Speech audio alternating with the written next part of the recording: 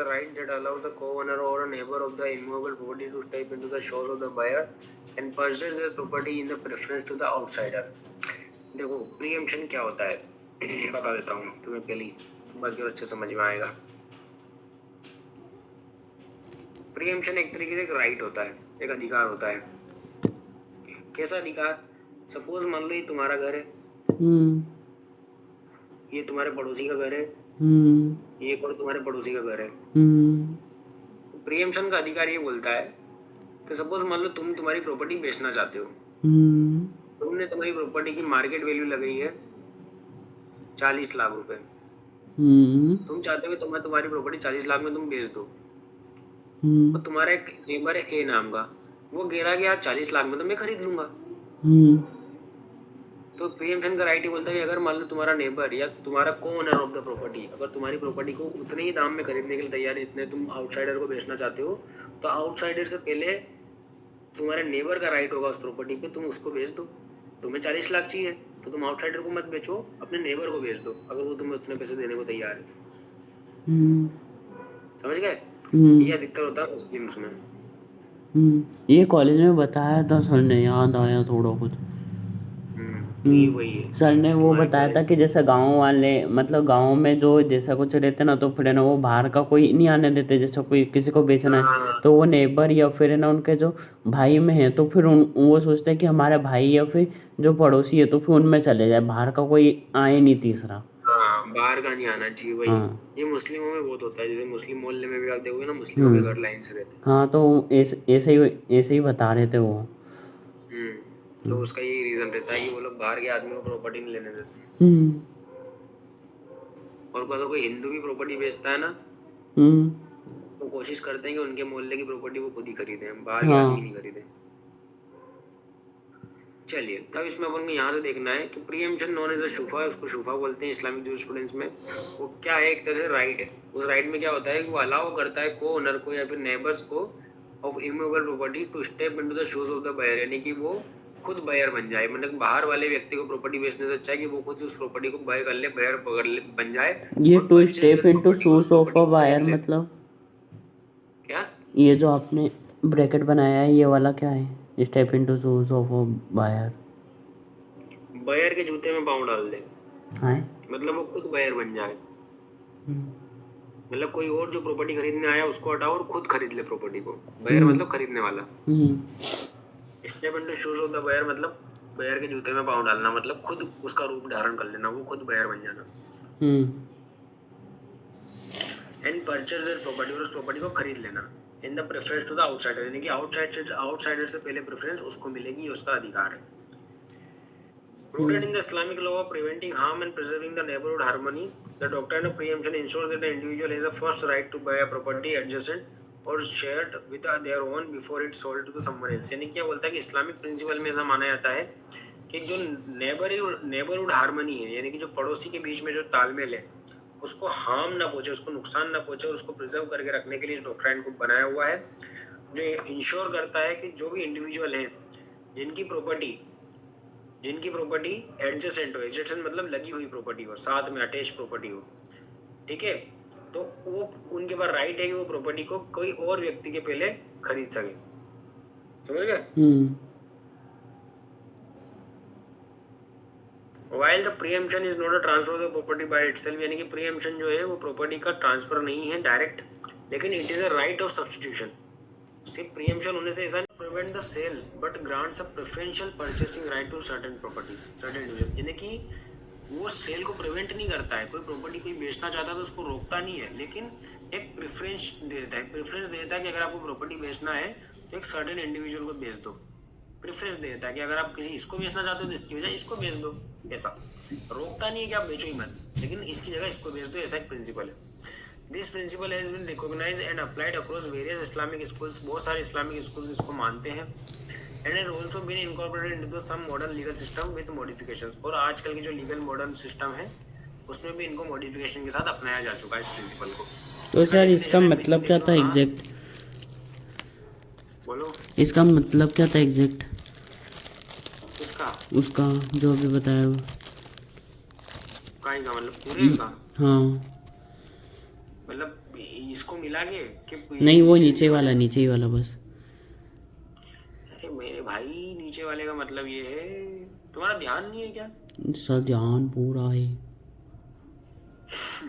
हाँ, इसमें मैंने ये बताया था कि प्रीएम्पशन राइट जो होता है वो अपने आप में प्रॉपर्टी को ट्रांसफर नहीं करता है, लेकिन एक सब्स्टिट्यूशन दे देता है एक व्यक्ति को कि आप इसको नहीं तो इसको बेच सकते हो, ऐसा सब्स्टिट्यूशन मिल जाता है।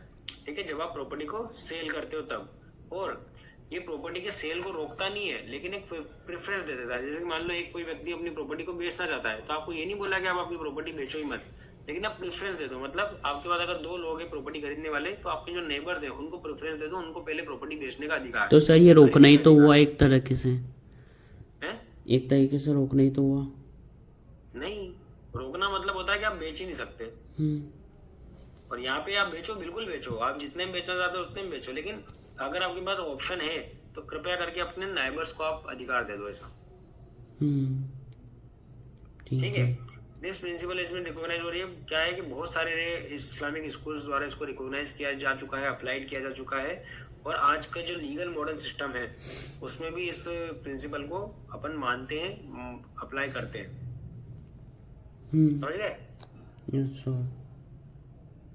यही चीज मैंने पहले भी बोली थी, एक भी शब्द मैंने नया तो बोला ही नहीं कुछ। सर वो अभी ये टॉपिक नया लग रहा है इसलिए। कंसंट्रेशन की कमी है लाडले, 3-3 4-4 बजे तक जो जागते हो ना रात में, मोबाइल चलाते हो, बंद कर दो। सही बता रहा हूँ, बहुत नुकसान में आ जाओगे। ठीक है सर, मजाक नहीं कर रहा हूँ, दिमाग बिल्कुल वो हो जाएगा भंड। डेफिनेशन एंड मीनिंग क्या कहती है? द टर्म शूफा is derived from the Arabic word शफास, यानी कि जो प्रीएम्पशन को, शूफा को अरेबिक वर्ड शफा से निकाला गया है, जिसका मतलब होता है टू जॉइन और to make a thing double, यानी कि जुड़ना, साथ में आगे जुड़ना, या फिर किसी एक चीज को डबल कर देना, इसका मीनिंग होता है। In the legal term it refers to the joining of the purchaser right. Legal term में ये बोला जाता है कि देखो, joining of the purchaser right, यानी कि प्रॉपर जो परचेजर राइट है, जो खरीदने वाला व्यक्ति, उसके अधिकार में जुड़ना विथ दैट ऑफ द प्रीएम्प्टर। और प्रीएम्प्टर उसको कहते हैं, मतलब सीधी बात है, the person claiming the right of preemption. जो व्यक्ति अपनी प्रॉपर्टी को किसी और की प्रॉपर्टी में जोड़ना चाहता है, प्रीएम्प्टर कहलाता है, और वही होता है शुफा या शफा, जो भी कहना चाहता है। The person claiming the right of preemption, और वो व्यक्ति क्या करता है, अपने राइट ऑफ प्रीएम्पशन को क्लेम करता है, वो बोलता है कि मेरे को बेचो property.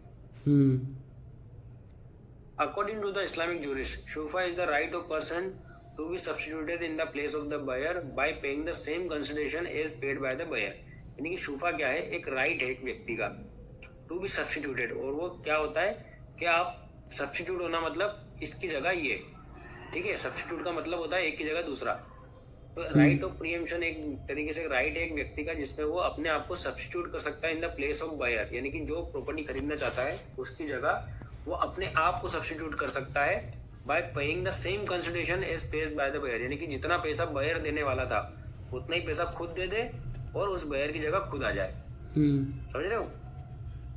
It essentially provides the mechanism to avoid the introduction of the stranger into the close property arrangements, especially co-ownership and neighborhoods। यानी कि neighborhoods और co-ownership वाले जो स्पेशल प्रॉपर्टी अरेंजमेंट्स होते हैं, जिसमें क्लोज प्रॉपर्टी अरेंजमेंट्स किए जाते हैं, उसमें किसी स्ट्रेंजर को इन्वॉल्व करने से, स्ट्रेंजर को आने से रोकते हैं इस मैकेनिज्म के जरिए। इस सर प्लेस ऑफ बायर का क्या बताया था? प्लेस ऑफ बायर का, प्लेस ऑफ बायर का, प्लेस ऑफ बायर का मतलब ये प्लेस ऑफ द बायर, इसका मीनिंग? हाँ। जो भाई आज तो तुम सही में अरे सर मैं अभी सो के ही उठा हूँ, आपको जब कॉल लगाया था। तो बेटा रात में सो जाया करो, तुमसे निवेदन है मेरा, 11-12 बजे सो जाया करो, सुबह टाइम पे उठा करो। ये डेली रूटीन ऐसा रखोगे ना, 3-4 बजे सोने वाला और दिन में सोने वाला और रात में सोने वाला, सही बता रहा हूँ, जीवन तुम्हारा इतना भंड हो जाएगा कि तुम सोच भी नहीं सकते हो कहाँ से पैसे बाहर आओगे फिर उससे। प्लेस ऑफ बायर का मीनिंग देखो, तुम बताओगे। प्लेस का मतलब क्या होता है? स्थान, और बायर का मतलब खरीदने वाला। तो बायर का मतलब खरीदने वाला, प्लेस का मतलब स्थान होता है, तो मतलब बायर के स्थान पर, मतलब जो व्यक्ति के पास राइट है प्रीएम्पशन का, वो अपने आप को बायर के स्थान पे रख देगा। मतलब ये ए है, ये बी है, ये व्यक्ति है पड़ोसी नेबर और ये व्यक्ति है बायर। तो ये बोल रहा है कि मैं 10 लाख दूंगा, ये बोल रहा है कि मैं भी 10 लाख दूंगा। तो बायर को हटा के ये उसकी जगह आ जाएगा और ये प्रॉपर्टी का बायर बन जाएगा। समझ गए?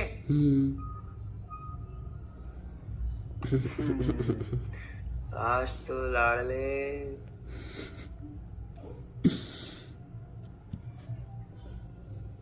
अरे यार हर्ष, तुम तो मजा ले लो मेरे।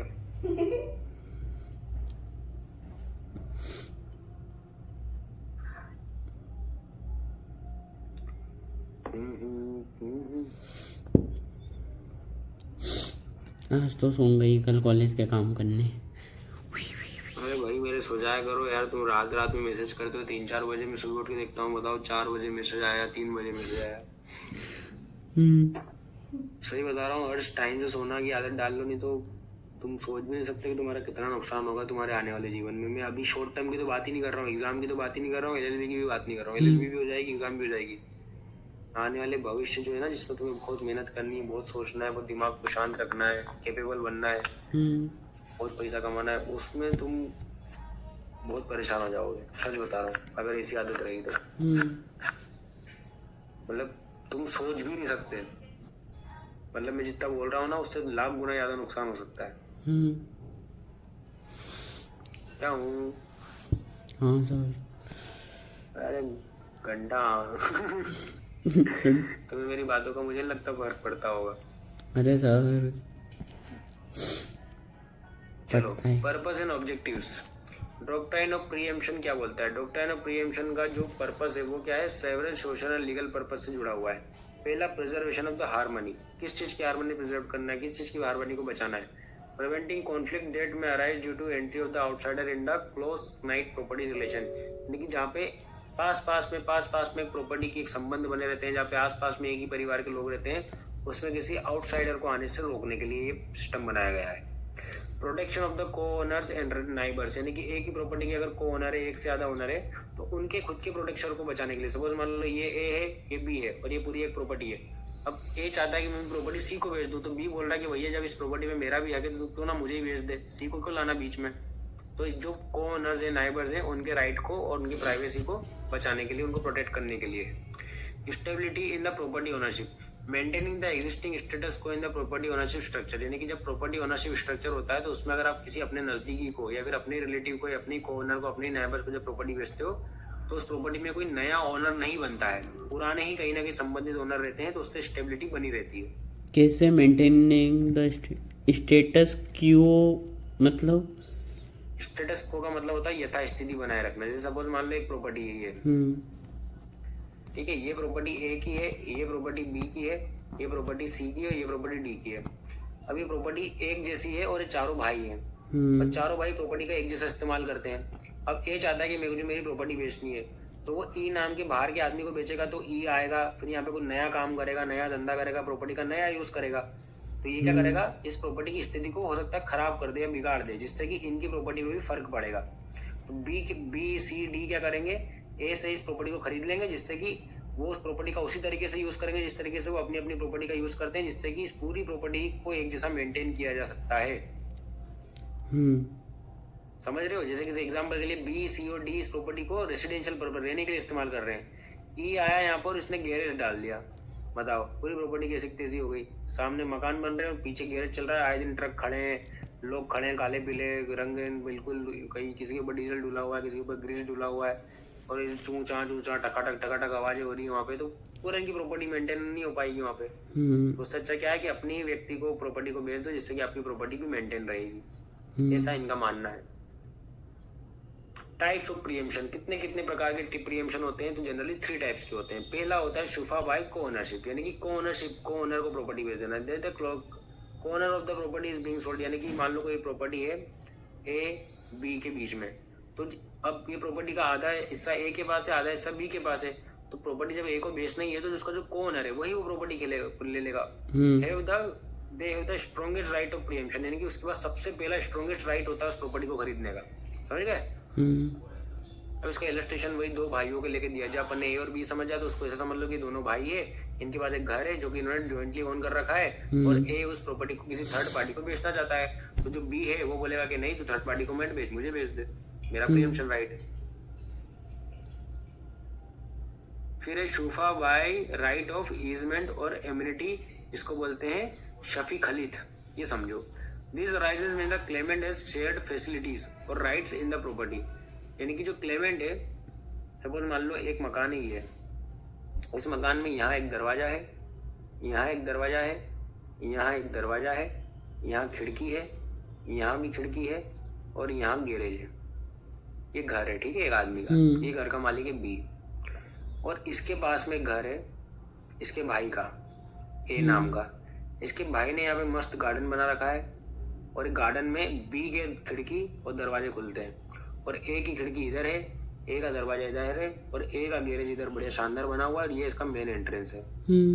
अब यहाँ पर क्या हुआ है कि ए की प्रॉपर्टी में बी की खिड़की खुलती है और दरवाजा खुलता है, तो इससे क्या होता है कि ए और बी जो है ए की फैसिलिटीज को शेयर करते हैं, यानी कि आने आने के रास्ते की, हवा का रास्ते का इनका एक ही है, ठीक है।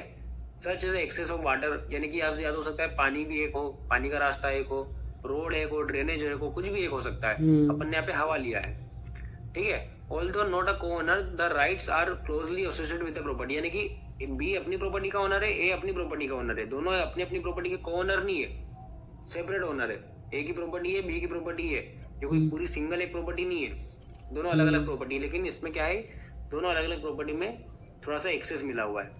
तो अब क्या होगा कि चूंकि अब मान लो ए जो है उस प्रॉपर्टी को किसी और को बेच देगा, तो हो सकता है कि वो दूसरा आदमी आएगा और यहाँ पे दीवार खड़ी कर देगा, इसकी खिड़की बंद हो जाएगी, इसका दरवाजा बंद हो जाएगा, इसका हवा पानी सब बंद हो जाएगा, तो बी क्या बोलेगा कि देख भाई तू किसी और को प्रॉपर्टी बेचे, इससे अच्छा मेरे को बेच दे, क्यों, क्योंकि मेरे इस प्रॉपर्टी में से इंटरेस्ट जुड़ा हुआ है, समझ गए। बस ये है। थर्ड वाला क्या बोलता है, शूफा बाय विसिनिटी और neighbourhood, this is the weakest form of preemption and applies to the immediate neighbours, it is based on the idea of the maintaining place and social cohesion in the neighbourhood, यानी कि सबसे week माना जाता है इसको, कि अब मान लो देखो सबसे पहला अधिकार मिलता है आपके कोनर को, फिर मिलता है उस व्यक्ति को जो फैसिलिटी शेयर करते हैं, और तीसरा मिलता है नेबर्स को, यानी कि जो पड़ोसी होते हैं। इसमें बोला गया कि जो इमीडिएट नेबर्स होते हैं, यानी कि जस्ट एकदम पड़ोसी होते हैं, जैसे कि ये मकान का एकदम पड़ोसी वाला मकान, इसके पास राइट है कि आपकी प्रॉपर्टी खरीद सकता है। अगर मान लो 2-3 मकान छोड़ के कोई है तो उसके पास कोई प्रीएम्पशन का राइट नहीं है। जो इमीडिएट नेबर्स होते हैं खाली उनके पास राइट है कि वो चाहे तो उतना दाम जितना आपको बाहर वाला दे रहा है उतना दाम दे के आपकी प्रॉपर्टी खरीद ले। ये क्यों बना हुआ है? It is based on the idea of maintaining peace, यानी कि शांति और सामाजिक व्यवस्था बनाए रखने के लिए पड़ोसियों के बीच में ये व्यवस्था बना रखी कि देखो भैया कोई नया आदमी को घुसा, उससे अच्छा क्या है कि पड़ोसियों को मकान बेच दो, हम लोग शांति से रहेंगे। तो सर इसमें पड़ोसी लेते ना? हाँ ठीक है। और सोशल कोहेजन मतलब? सोशल कोहेजन मतलब सामाजिक व्यवस्था बनाए रखना। ठीक है। उनका ये मानना है कि हम एक ही समाज के लोग हैं, अगर एक ही समाज के लोग सही तरीके से व्यवस्थित तरीके से रहेंगे तो सामाजिक व्यवस्था वही रहेगी। हिंदुओं के मुस्लिमों के बीच में हिंदू आ जाएगा तो उसको मजा नहीं आएगा, ऐसा इनको लगता है। लगने तो अपने को क्या करना। चलिए, condition for valid exercise of preemption, यानी कि अगर आपको प्रीएम्पशन राइट को सही तरीके से यूज करना है, वैलिड तरीके से एक्सरसाइज करना है, तो उसको सही तरीके से यूज करने की कंडीशन क्या है आपको वो देखना है। फॉर द प्रीएम्पशन, और पहले मैंने ये देखो तब बचाए इसमें बोला है for a preemption claim to be valid certain condition must be met, यानी कि कुछ कंडीशन है जो कि फुलफिल होना चाहिए। The property must be immovable, property क्या होनी चाहिए? इमूवेबल होनी चाहिए। इमूवेबल प्रॉपर्टी की बात होगी। फोकट जो मूवेबल प्रॉपर्टी जैसे कि व्हीकल, फर्नीचर, इनके लिए बात नहीं होगी। जैसे लैंड हुआ, हाउस हुआ, शॉप हुआ, इनके लिए आप प्रीएम्पशन की बात करो। प्रॉपर्टी मस्ट बी सोल्ड, यानी कि प्रॉपर्टी जो होती है वो सेल करने के लिए होना चाहिए। अगर सेल की बात हो रही है तो भी प्रीएम्पशन आता है, मतलब अगर आप आपकी प्रॉपर्टी किसी को बेचना चाहते हो तो ही वो प्रीएम्पशन वाला आदमी बोलेगा देखो भाई साहब उसको बेचना है तो मेरे को बेच दो। गिफ्ट के लिए, विल के लिए, इनहेरिटेंस के लिए, लीसेस के लिए नहीं आता है। जैसे मान लो आप चाहते हो कि आपकी प्रॉपर्टी आप उसको गिफ्ट कर दो, तो तीसरा आदमी ये नहीं बोल सकता कि अरे उसको गिफ्ट कर रहे मेरे को कर दो, ऐसा थोड़ी बोल सकते। या फिर कोई व्यक्ति वसीयतमस्त प्रॉपर्टी को देना चाहता है तो ये थोड़ी बोल सकते कि अरे आप आपके बेटे का नाम क्यों लिख रहे हो, मैं आपका पड़ोसी हूँ, मेरा नाम लिखो वसीयत। तो ये बस सेल के लिए आता ना? सिर्फ सेल के लिए है ना, सिर्फ सेल होगी वहां पे बात होगी इसकी प्रीएम्पशन की। Timely exercise of the right, third वाला बोलता है the right must be exercise promptly under the Muslim law, two immediate demands are required. यानी कि पहला तलाबी मुवातिबत यानी कि immediate demand, the declaration by the preemptive that they intend to assert their right made as soon as they learn for a sale. यानी कि जो व्यक्ति उस प्रॉपर्टी को प्रीएम्प्टर के रूप में खरीदना चाहता है उसको तुरंत बताना पड़ेगा कि मैं खरीदना चाहता हूँ। ऐसा नहीं कि आज इस प्रॉपर्टी को सेल करने की बात चल रही है और आप एक साल बाद आगे बोलो, जब वो प्रॉपर्टी बिकी गई है फिर बोलो कि अरे भाई साहब मैं खरीदना चाहता था, तुम इसको नहीं बेच सकते, तुम्हारा इनवैलिड हो जाए, मेरे को मेरा अधिकारी है। आपको पता पड़ गया ना आज, तो आप बता दो कि भैया प्रॉपर्टी को मैं खरीदना चाहता हूँ, क्योंकि आदमी तो आज बेचना चाहता है ना, उसको तो जो ज्यादा पैसा देगा वो बेच के निकल लेगा। तो इसको बोलते हैं इमीडिएट डिमांड, यानी कि तुरंत आप डिमांड कर दो, जैसे आपको पता लगे, जैसे आपके नॉलेज में आए कि प्रॉपर्टी बिकने वाली है, तुरंत आप डिमांड कर दो कि भाई साहब मैं आपका नेबर हूँ, मैं आपका कोऑनर हूँ, मैं आपका फलाना ठिकाना हूँ, मुझे प्रॉपर्टी बेच दो। फिर आता है तलाबी इशद। तलाबी इशद मतलब demand with evidence, a formal demand in the front of the witness preferably before the जज अफर्मिंग देयर क्लेम। यानी कि या तो आपको लग रहा है कि जिसको आप डिमांड करने वाले हो आपको प्रॉपर्टी नहीं देगा, तो आप क्या करोगे, विटनेसेस के सामने उस चीज की डिमांड करोगे, दो लोगों को खड़ा करोगे, देखो भाई साहब मैं आपके सामने इस आदमी से प्रॉपर्टी मांग रहा हूँ और ये मेरे को नहीं दे रहा है। या फिर जज के सामने आप इसे अप्लाई कर दो कि साहब मेरा प्रीएम्प्शन राइट बनता है और मैं प्रॉपर्टी खरीदना चाहता हूँ और ये मेरे को नहीं दे रहा है। ऐसे दो तरीके से आप कर सकते हो, ठीक है। लेकिन रहता है ना, सीधी सी बात है, पड़ोसी हो सकता है दुश्मन हो, उनकी बात ठीक नहीं चलती, उसको पता है कि यार मैं नॉर्मल मांगूंगा तो नहीं देगा मेरे को ये प्रॉपर्टी, पक्का किसी तीसरा आदमी को देगा। तो सच्चा फिर विटनेस और जजेस के सामने उस चीज की अप्लाई कर दो।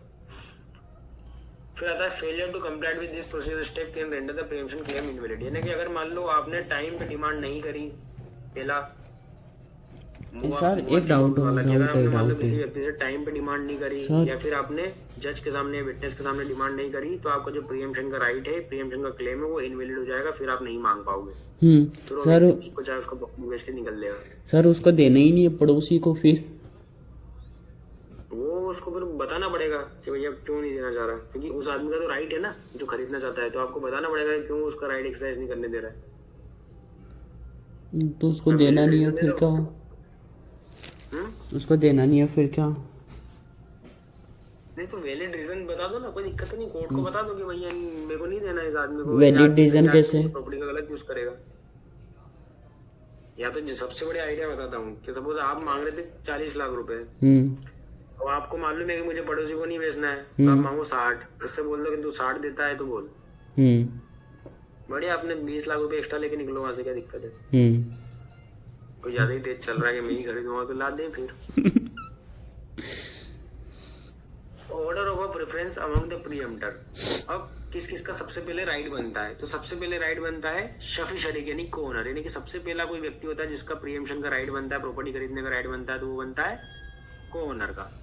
दूसरा बनता है शफी खलीद। शफी खलीद मतलब राइट होल्डर। राइट होल्डर मतलब मैंने बताया था ना कि एक घर है और एक घर है, अब इन दोनों घरों के बीच में या तो खिड़की है या पानी है या हवा का रास्ता, उजाले का रास्ता, कुछ भी अगर कॉमन है, दोनों की अपनी अपनी प्रॉपर्टी अलग अलग है, लेकिन दोनों की अपनी अपनी प्रॉपर्टी में कुछ ना कुछ राइट छुपे हुए हैं। तो जो राइट होल्डर रहता है वो इस प्रॉपर्टी को खरीदने का हकदार होता है। या फिर तीसरा आता है नेबर, यानी कि सबसे आखिरी में किसी को मौका मिलेगा तो वो किसको मिलेगा, नेबर को। यानी कि प्रीएम्प्शन का राइट सबसे पहले किससे पूछा जाएगा, कोऑनर जो रहेगा वो उसके पास सबसे पहला अधिकार है प्रॉपर्टी खरीदने का। अगर वो नहीं खरीदना चाहता है तो जो राइट होल्डर है वो खरीद सकता है, अगर वो भी नहीं खरीदना चाहता है तो फिर नेबर के पास आएगा। ये प्रेफरेंस क्यों बताया गया है कि सपोज मान लो एक प्रॉपर्टी का कोऑनर भी है और एक नेबर भी है, दोनों अलग अलग बोल रहे हैं कि हम खरीदेंगे, तो सबसे पहले प्रेफरेंस आप कोऑनर को दोगे, ठीक है। This order reflect the closeness of the legal and social relationship to the property, यानी कि ये ऑर्डर रिफ्लेक्ट करता है closeness of the legal and social relationship to the property. सीधी बात है कि कानूनी रूप से और सामाजिक रूप से जो रिलेशनशिप बने हैं प्रॉपर्टी के, उसको बनाए रखो, उसको मेंटेन करके चलो। Limitation of the doctrine. ये डॉक्ट्राइन कहाँ कहाँ अप्लाई नहीं होती है वो देखना क्या क्या इसकी लिमिटेशन है। पहला, not apply to the all transaction, यानी कि सभी तरह के ट्रांजेक्शन पे अप्लाई नहीं होती है, खाली किस पे अप्लाई होती है, सेल पे होती है, गिफ्ट पे अप्लाई नहीं होती है, अदर ट्रांसफर पे अप्लाई नहीं होती है। मस्ट बी असर्टेड क्विकली, यानी कि तुरंत होना चाहिए। The right leaves if not exercise impromptly, अगर जिस व्यक्ति के पास प्रीएम्प्शन का राइट है अगर वो टाइमली एक्सरसाइज उसको नहीं करता है तो उसके पास से वो राइट चला जाएगा, ठीक है। तुरंत जैसे उसको पता पड़ेगा प्रॉपर्टी बिकने वाली, तुरंत उसके पास जाओ, मालिक के पास, उसको बताओ कि भैया हम खरीदना चाहते हैं। ऐसा नहीं कि तुम 1 साल 2 साल 6 महीने लगा दिए, जब तक वो प्रॉपर्टी बिक गई, सब हो गया, रजिस्ट्री कंप्लीट हो गई। तीसरा, नॉट ऑटोमेटिक। ये एक चीज ऑटोमेटिक आपके पास नहीं आती, मतलब कोई प्रीएम्प्टर है उसके पास अपने आप ये राइट नहीं आएगा कि प्रॉपर्टी खरीद ले, उसको बताना पड़ेगा कि मैं खरीदना चाहता हूँ और उतना पैसा देने के लिए तैयार हूँ जितना आप मार्केट में थर्ड पर्सन से मांग रहे हो। समझ गए? Yes sir. उसके पोजीशन इन इंडियन लॉ, भारत में इस कानून की क्या व्यवस्था है वो देख लेते हैं। डॉक्टर प्रियम्पशन इज इसमें बोला है कि भारत में इस लॉ को मानते हैं, स्पेसिफिकली वहाँ पे मानते हैं जहाँ पे सबसे ज्यादा मुस्लिम पॉपुलेशन है, फिर भी इसमें बहुत ज्यादा क्रिटिसिज्म होता है और इसमें कोई रिफॉर्म्स अभी तक होते रहते हैं थोड़े थोड़े। पहला state amendment, some Indian state have codified and abolish the right of preemption, यानी कि कुछ लोगों ने तो प्रियम्पशन के राइट को खत्म ही कर दिया है, एबोलिश ही कर दिया है, और कुछ लोगों ने इसको कोडिफाइड कर दिया यानी कि कानून में लेके आ गए। ड्यू टू इस potential conflict with the right to property, क्योंकि राइट टू प्रॉपर्टी को लेकर इस पर कॉन्फ्लिक्ट बना रहता है, इस पे लड़ाई झगड़े विवाद होते रहते हैं, इसलिए इन्होंने बहुत सारे लोगों ने इसको कोडिफाइड कर दिया या फिर अबोलिश कर दिया, यानी कि पूरी तरीके से खत्म ही कर दिया है। सेकंड है सेक्युलर लीगल चैलेंजेस, धर्मनिरपेक्षता की चुनौती यहाँ पर है।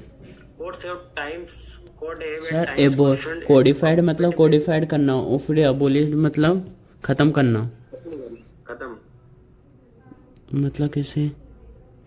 अबोलिश का मतलब होता है राइट को ही खत्म कर दिया, स्टेट में डिक्लेयर कर दिया कि किसी व्यक्ति पर कोई प्रियम्पशन राइट नहीं, जिसको जो बेचना है बेचो, कोई दिक्कत नहीं। वो किसी स्टेट में कोडिफाई करा है। हाँ ठीक है ठीक है। समझी क्यों? हाँ सर। चलो, secular legal challenges, secular legal challenge मतलब धर्मनिरपेक्षता से संबंधित चुनौतियां। Courts have at times questioned its compatibility with constitutional rights such as the right to equality and right to property. सीधी सी बात है कि यहाँ पे क्या है कि देखो, एक तरफ तो अपन कॉन्स्टिट्यूशन में बोलते हैं कि हर व्यक्ति के पास कॉन्स्टिट्यूशनल राइट है, राइट टू इक्वलिटी का, यानी कि हर व्यक्ति के पास समान अधिकार है। उसमें आप प्रियम्पशन देके किसी व्यक्ति को प्रेफरेंस दे देते हो कि नहीं भैया प्रॉपर्टी तू ही खरीदेगा, ये बाकी तो पागल है क्या?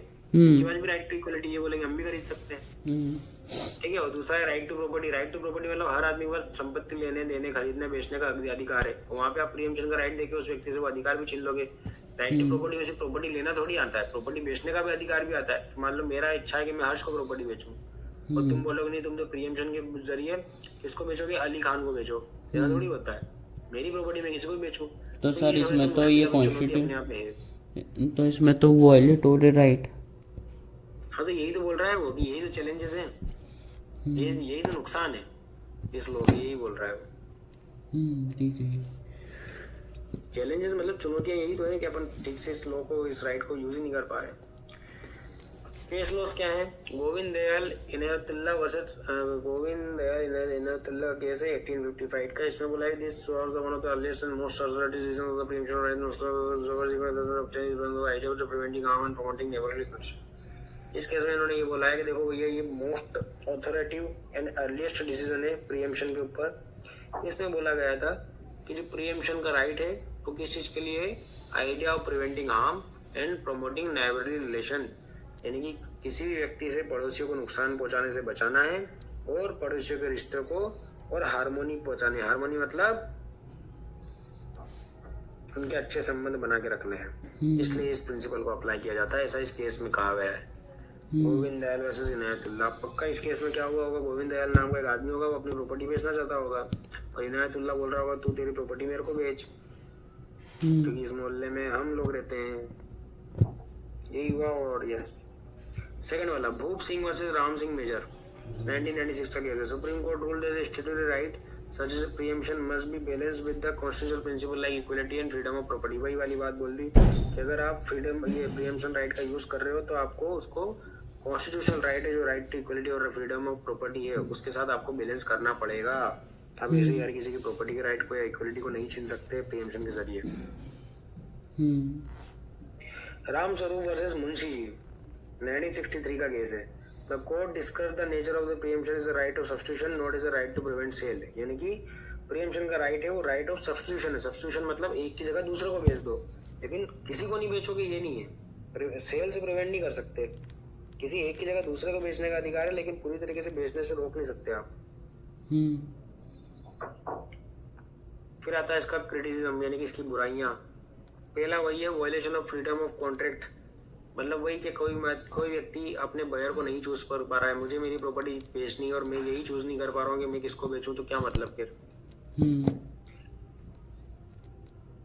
सेकंड वाला obstruct real estate market, real estate market को ऑब्स्ट्रक्ट करता है। सीधी सी बात है कि सपोज मान लो अगर मैं अगर एक मोहल्ले में रहता हूँ और उस मोहल्ले में मैंने बोल रखा है कि हम खाली मुस्लिम लोग इस प्रॉपर्टी को खरीदेंगे, तो हम फिर हमारे दाम से खरीदेंगे, हम उस प्रॉपर्टी के दाम ही नहीं बढ़ने देंगे। क्योंकि मान लो बाहर का आदमी आएगा 20 लाख देने और मैं बोलूंगा कि नहीं तो इसको तो हम ही करेंगे, हमारा प्रीएम्पशन राइट है, हम तो 15 में ही खरीदेंगे, तो देना पड़ेगा, तो हम 12 में आ देंगे नहीं तो। तो इस तरीके से रियल एस्टेट का मार्केट जो है वो खराब हो रहा है। Decline relevance as a property ownership become more individualistic, the need for such right is diminishing.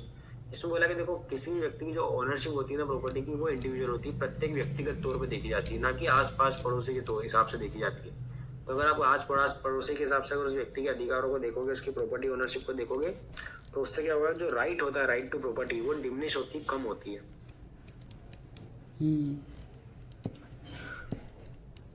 फिर अपने पास आखिरी में आता है इसका कंक्लूजन। कंक्लूजन तो बहुत ईजी है। कंक्लूजन तो ये है, द प्रीएम्पशन शुफा in Muslim law is a unique doctrine that prioritize social harmony. यानी कि ऐसी डॉक्ट्राइन है, यूनिक डॉक्ट्राइन है, सबसे अलग हटके डॉक्ट्राइन है।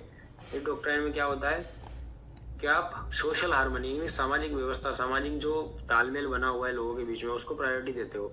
और mutual respect among the neighbours, यानी कि एक दूसरे के पड़ोसी के बीच में आपसी संबंध, अपनी इज्जत बनी रहे, उसको आप बढ़ावा देते हो। एंड अवॉइड क्या करते हो, conflict in the property transaction, किसी भी तरह की प्रॉपर्टी ट्रांजेक्शन को अवॉइड करने का काम करते हो इस शुफा के जरिए, प्रीएम्पशन के जरिए। While it once served an essential function in the traditional societies, its rigid implications in the modern legal system has led to a decline in its relevance। कितनी बढ़िया बात बोली इन्होंने कि देखो एक टाइम ऐसा था कि जब असेंशियल फंक्शन था ट्रेडिशनल सोसाइटीज में कि भैया आपको प्रीएम्पशन का यूज करना ही करना है, लेकिन आज के मॉडर्न लीगल सिस्टम में इसका जो रिजिड एप्लीकेशन है, यानी कि जो स्ट्रिक्ट एप्लीकेशन अगर आप करोगे तो उसका डिक्लाइन होते हुए दिख रहा है, उसका कोई अब यूज नहीं है, कोई रिलेवेंस नहीं बचा है। हर आदमी अब अपने अपने हिसाब से प्रॉपर्टी खरीदता बेचता है, प्रीएम्पशन को कोई नहीं मानता है आज की तारीख में। लेकिन पहले जब ट्रेडिशनल सोसाइटीज चलती थी वहां पे इसका मोस्ट एसेंशियल फंक्शन हुआ करता था। Nonetheless, the doctrine remains testament to the broader Islamic principle of justice। उसके बावजूद भी, nonetheless का मतलब होता है उसके बावजूद भी, ये जो डॉक्ट्राइन ऑफ प्रीएम्पशन है ये अभी भी एक इस्लामिक प्रिंसिपल ऑफ जस्टिस के लिए क्या बन चुका है, टेस्टामेंट बन चुका है। और फेयरनेस के लिए, यानी कि जो भी साफ सुथरे तरीके, साफ सुथरा मतलब वो बिना किसी भेदभाव के आप कोई प्रॉपर्टी को जो भी करना चाहते हो उसके लिए इम्पोर्टेंट बना हुआ है। और importance of the human relationship in legal rights, यानी कि लीगल राइट्स में ह्यूमन रिलेशनशिप को बनाए रखने के लिए इस्लामिक लॉ में इस चीज को बहुत फॉलो किया जाता है, माना जाता है। सर टेस्टामेंट मतलब? टेस्टामेंट का मतलब होता है प्रॉपर्टी को जब अपन देते हैं ना किसी व्यक्ति को, उसको बोलते हैं टेस्टामेंट। टेस्टामेंट्री इंटरेस्ट सुना है उन्होंने? टेस्टामेंट्री वो उसमें पढ़ा था, किसमें? गार्जियनशिप। किसमें पढ़ा था? गार्जियनशिप हिंदू लोगों में भी पढ़ा होगा, इसमें भी पढ़ा है ना। टेस्टामेंट टेस्टामेंट का मतलब जनरली होता है कि जैसे मान लो कोई व्यक्ति है, वो प्रॉपर्टी है देना चाहता है, तो अपन क्या करते हैं, टेस्टामेंट्री डॉक्यूमेंट नहीं लिखवा लेते हैं, यानी कि एक विल लिखवा लेते हैं, वसीयत लिखवा लेते हैं, पार्टीशन डीड लिखवा देते हैं, तो वो होता है टेस्टामेंट। कि कोई व्यक्ति अगर अपने हिसाब से किसी व्यक्ति को प्रॉपर्टी देना चाहता है या कुछ प्रॉपर्टी को आगे बढ़ाना चाहता है, तो उसमें इस्लामिक जो प्रिंसिपल है जस्टिस, फेयरनेस और इम्पोर्टेंस ऑफ ह्यूमन रिलेशनशिप को देखा जाता है। ठीक है, ठीक है सर। उसके बाद इजानत कितना बड़ा है भाई, इजानत लास्ट है और नहीं है इजानत। हाँ, इजानत लास्ट में शाबान हो गई। कल खत्म हो जाएगा। आज के लिए इतना ही।